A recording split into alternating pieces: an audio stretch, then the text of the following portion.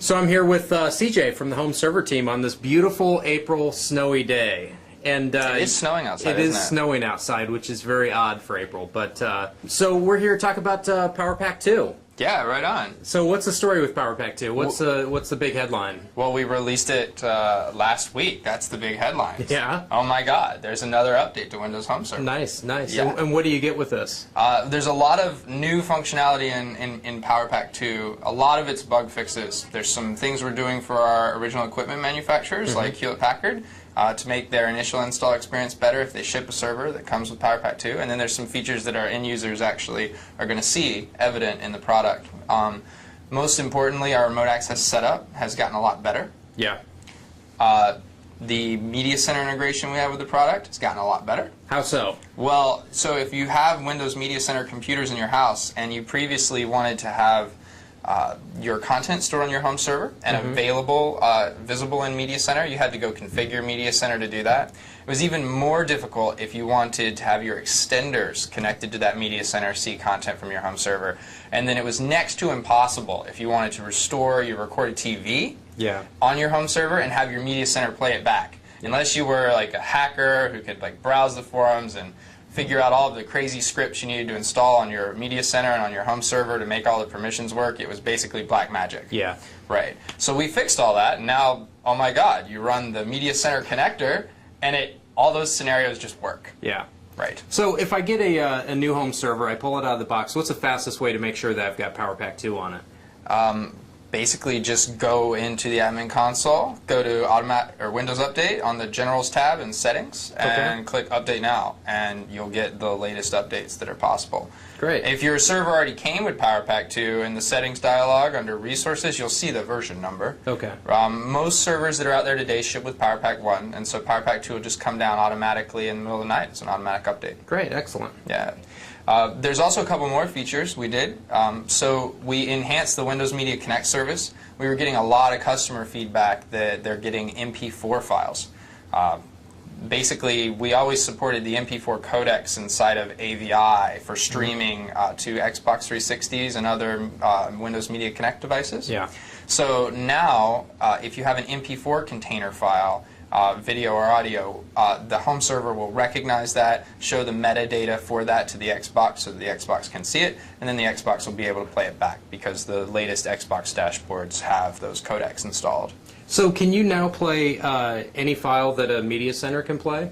So yeah, it's a tough question, but I mean, I'll be really honest with you, right? There's a set of file formats that we can stream over Windows Media Connect, and the big blocking factor is whether or not we can give the client device the metadata. Yeah. Right? So if the home server doesn't understand how to break that file format open and look at it and tell what is in that file, it can't offer the metadata to the Xbox or other device. And then that device can't necessarily play it back. So the device has to have the codec that can decode the content. The server needs to have the information about the file format container. Yeah. Right? So today, most of the popular file formats, home server understands how to crack the container and give the metadata to the device, and most of the popular file formats, the device can play back. But once you're talking about a Media Center PC where you can install any codec on the planet, right? You can download anything, install it, then you've got a different kind of ecosystem going on. So I don't think we'll ever be able to make that device ecosystem play back every piece of content that a PC can play back, but we're getting all the popular things, and we added MP4 support because there was a big gap in our compatibility. Right. Great. Yeah. Oh, and the remote access setup I mentioned, if you have remote access enabled, you already have a Windows Home Server, you'll notice that changing your domain name is a lot easier. Cool. So if you go into our admin console now, we've updated the remote access settings UI. So if you're a new user, setting up remote access is way easier than it used to be. Configuring your router is a bit more reliable. Choosing your domain name is simpler. If you're an existing user, one of the problems was always changing your domain name or managing it. That wizard has been updated and the flow is a lot better. We fixed a bunch of bugs in the product. So we call them Power Packs because they're not just service packs. They include new features like the Media Center support, the remote access functionality. But they're also service packs. We fix a ton of bugs. My favorite bug that we happen to have fixed. It's your favorite bug or your favorite fix? It's my favorite fix. I should say it that way. It was a bad bug, and it's a good fix. There are some users who may have previously lost a couple of backups for a computer. Ouch. In the most cases, you don't even know you lost them. Yeah. There's just some computer, a couple of backups have disappeared. Well, with PowerPack 2, if you're one of those lucky customers, you may notice a new ghosted computer appear in your admin console, and it won't show any description or operating system type. It just has a computer name.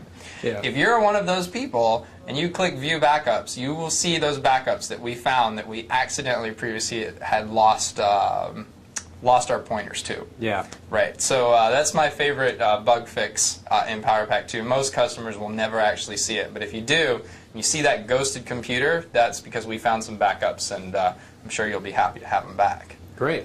So, so what's next for Windows Home Server?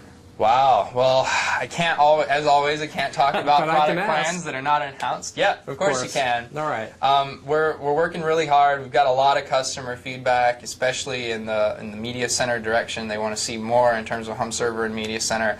They want to see Home Server support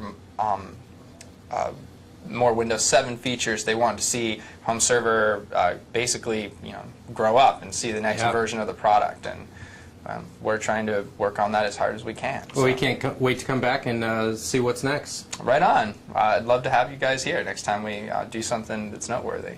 Thank you.